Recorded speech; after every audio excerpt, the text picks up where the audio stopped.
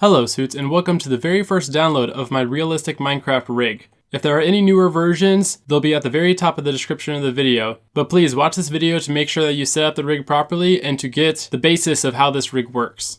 Any newer versions I come out with will probably only talk about those new things, so be sure to watch all my tutorials because this is not a rig that you can just download and start doing things right away. It will not work. If you would like to donate to me, or specifically to this rig, I've set up an account where you guys can do that.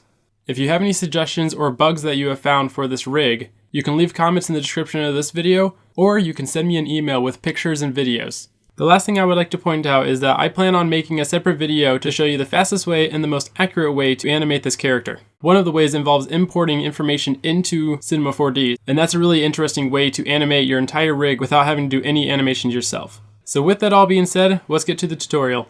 I guess the most important download is the actual rig itself. So obviously in the description of the video, you'll find a link for it. You'll get a media fire page, and all you have to do is click this green button here and it will download your rig. My rig. It's not yours. You can use it once it downloads. So yep, now it's done downloading. Another thing you might want to download is a font. So if you do not have a Minecraft font, I've got a link for 2 of them. This one is an older version, but it can be used for like anything, any commercial use. So it's just this download up here. And then the other one, this is not for commercial use, but you can still use it for YouTube's and like thumbnails. This one's a more accurate description of what the Minecraft text is. So yep, the download is right there, and there we go. I've got all my downloads here. So I'm gonna unzip my Minecraft rig. So you can see I'm zipped it. Like if you're on PC, obviously you have to right click, unzip, whatever. You can read this if you want to. It's just basic info of what you can use it for, all that good stuff. So the important file is this file, obviously. So what you do with this file is that you drag it into your objects thing, right? And this little browser will pop up. What you need to do is drag these 2 things. The master is the rig. This is like extra blocks that you can put into it that I created. So just drag these into your objects, and there your rig is. Yay! Hello, me. So before you can do anything with this rig, you need to go into the Espresso for a couple of things. So double click on the Espresso and you'll see these 2 projects that are yellow. These are empty because there's no project that's linked to them. So you need to go into your Edit, Project Settings, or Command D, as it says right there, and you'll get this little window here. I'm going to lock it real quick to make sure that it doesn't go away. So this little folder in gear, you want to take this and drag it into the project, right? And you can see things are popping up there. Take and drag. And then you'll want to go into the next Espresso, double click, and there's another project there. And again, drag your project into there. And now you can cancel out of your Espresso, and now your rig should be working properly. So once you have those 3 things all connected, we can unlink this, and now we can go to our layers. Now layers is basically, I have it set up to hide things. That way you aren't cluttered with a bunch of stuff. So if you click this little box here, it'll hide all those Espressos, and also it's a lot cleaner in here. Same thing with the hidden boxes. If you check that, you can see like the Espresso there and all the blocks that are involved with that, which is quite a bit. You'll most likely want to hide those unless you plan on changing things manually. So yeah, now we have that all set up. We can go into our master, and we have 3 tabs here. You guys are familiar with the character controls, and I've added a couple things to it, but we'll get to that later. We also have items and blocks. These are things that your character will be holding or wearing. And then we also have character parameters. To get your skin, we obviously have the skin and a file link. So when you click this little button on the side, you'll be able to go through your files and basically like find your skin. Now, make sure that your skin does not have any white on it for your image, because if it has any white, the transparency will not work correctly. Make sure your skin has transparency. You can't really tell here, but this one has white as the background, and this one is transparent. So yeah, make sure your skin is a transparent skin. Skin type is basically 1.7 is, I don't want to say naked, but like the main skin, like before they added the extra secondary layer of the skin. So that's 1.8. Then you have the Steve and the Alex for male and female. You got the name tag. So you can toggle the name tag on and off. And then you can also change it. So now we have, this is, Golden Creeper 06. So now we have that going all the way across. And we could change the size of the background Now, your text may be different, and that's because you have not properly installed like your text that you downloaded. So to show you where to go, you go into your master characters name tag, not neck. And basically in here, you can change your font and you can go all the way down to your Minecraft that you downloaded. Medium is the safe one. Regular is non-commercial use, but it looks a lot better and cleaner. And the guy, and it is, like I said, the most accurate one that you can do. So I'm just gonna stick with the medium. Now, if you're going to add your own camera into the scene, you need to first turn this camera on and off. On. Wow, that was a mouthful. And bring your own camera into the scene, right? When you view into this camera, you need to link it up so that when you're moving around, your name tag will automatically look at it. So if you want this name tag to follow your camera, you can take this camera and drag it into camera target, and that will automatically link that camera to the target of this name tag, right? So if I move around and you have to move to the next frame, it will automatically move to like follow that new camera that you put in there, right? So for now, I'm just gonna delete it, go back to my extra, and now it's linked back up to my extra camera. So the next thing is the shadow flat. The shadow flat is this bottom part down here. You can basically toggle that on and off.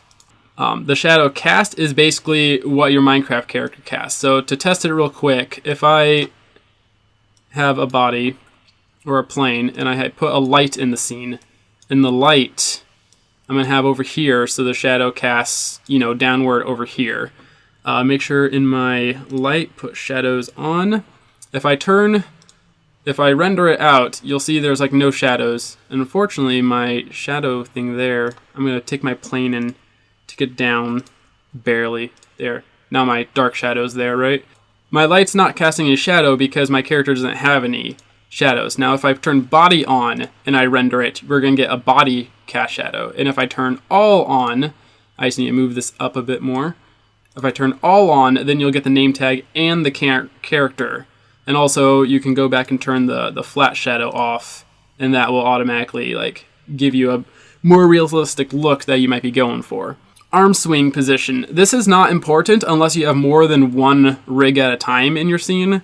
So what this is basically the position in which your arms free float. If you have more than one rig, just adjust this over a bit, and now their arms aren't synced together, so it looks a little more realistic, right? This block indicator is for when you are trying to animate using the blocks in the all blocks. I'll get to that later. But essentially, if you want to make sure that your character is looking at the block that it's supposed to be like digging out or placing, you can turn that indicator on. So the last thing I'm going to point out for the character parameters, and it's not really a parameter setting, it is more of just setting up your character for the scene that you might be putting him into. So this character is set up for the size that he is. If you're going to put him in a scene, I turned on my all blocks and basically used this block as a reference to make sure that it was like up to scale. So this block is to scale with your character, and you can use that as a reference to make sure like everything lines up properly. Also, another thing that you'll have to do is with your character controls, you've got these resets. It always takes you back to like 0 in the world. So make sure that you put him like in a null, and you could probably name it like the character that you have him as, and then you can use this null to like move him around. I'm just going to put a box in the scene to reference. So you can move this null around, and essentially when you hit the reset, it doesn't go back to 0 where you started that. So that's just a couple of animation things that you'll have to do. So the hard reset, basically it resets your character and it also resets your parameters here. Now this is good when you're testing out the rig to make sure that everything is like zeroed out. The soft reset is what you'll be using when you're animating. It basically zeroes him out based on where he is. Like with that null trick, it'll reset him to where like the null is set up. Now we have two groups here for vision. This one isn't really that effective, but I left it in there because who knows who may use it. I guess the best way to describe it is that it's the pressure of like your mouse moving over. So if your mouse is moving like 33% in this direction, so if I push play, your character is going to continuously move, like turn in that direction. And if he goes down a little bit, he'll turn his head down, he'll turn his head back up. And it's really hard to control, but I figured like if anybody wanted a character that, want a character to continuously spin in the background, like you have that opportunity. So we can make him go super fast. The sensitivity will make him go really fast. Like, yeah. So that's all like screwing around stuff if you want a character to do that. But most likely you'll be using the rotation setup. So I'm just going to do a soft reset there. Rotation is basically like when you turn the head, the head turns, the body will jiggy with it when it turns, as it normally does. When you're moving this parameter, your timeline will freeze, so keep that in mind.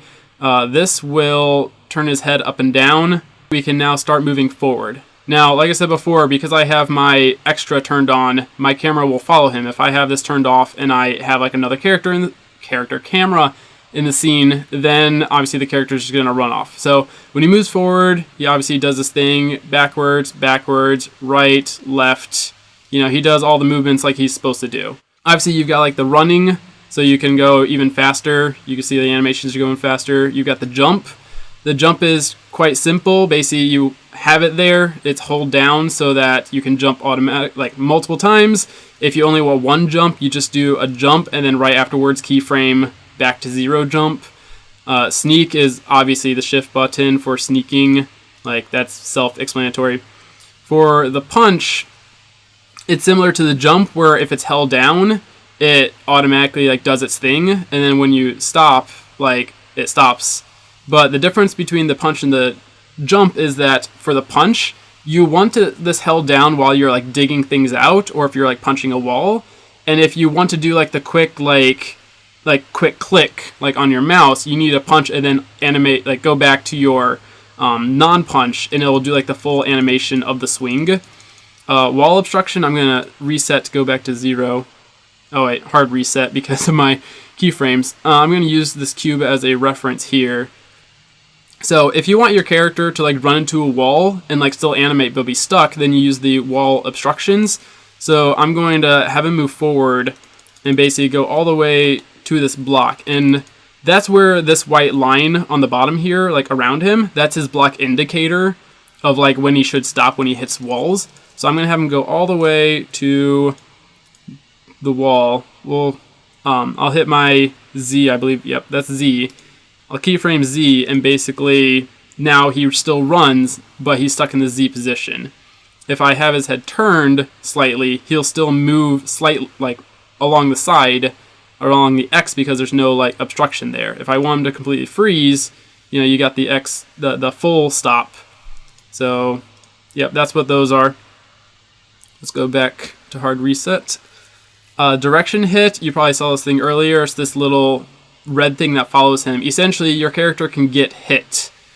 So if I just leave it where it is and hit it, it will automatically like hit your guy back, and he will animate backwards. So I can move it behind him, and he gets hit from behind. Bloop. So yeah, one thing to keep in mind when you're animating this, when you hit the hit button, it automatically goes back to none. So obviously you cannot keyframe that because you can't get there to like keep it there, right?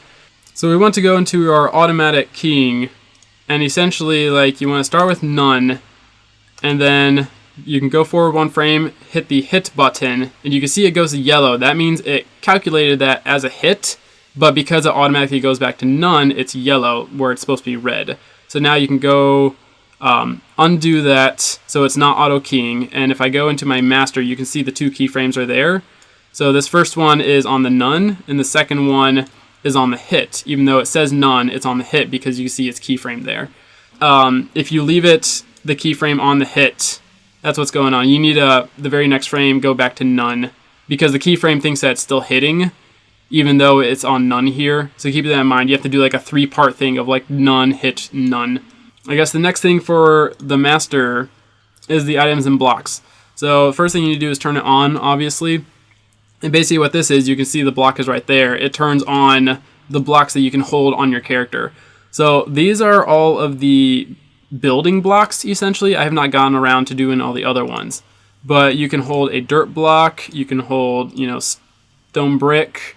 You cannot have like multiple things going at the same time because you can see it affects it. So when you change it on one thing, you have to like take it off on another. So if you want sand, you can go, well, that's not sand, that's gravel. You know, you have to turn off the sand and then go to the wool. The weapons and armor is pretty cool. So if you want your guy to hold the item, you can just have him, you know, the sword, wooden, you can change it to stone, gold, whatever you want. But with the armor, you can also have him like hold the helmet. We'll put on like a gold helmet, and then you can hit the equip button. And obviously if you keyframe all this, you can have him actually like equipped his thing from holding it in his hand, right? Then to unequip it, you can just click here and he takes it off. You can use this as like your keyframe for putting things on. So if you want him to have like the full diamond armor, you essentially like keyframe the first one, go to the next frame, keyframe that. Here, I'm going to turn my auto thing on.